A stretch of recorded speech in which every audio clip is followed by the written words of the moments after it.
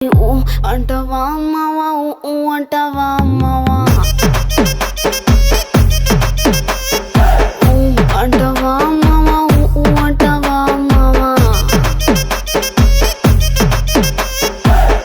తెల్లగుంటే ఒకడు తల్ల కిందులవుతాడు, నల్లగుంటే ఒకడు అల్లారల్లరి చేస్తాడు.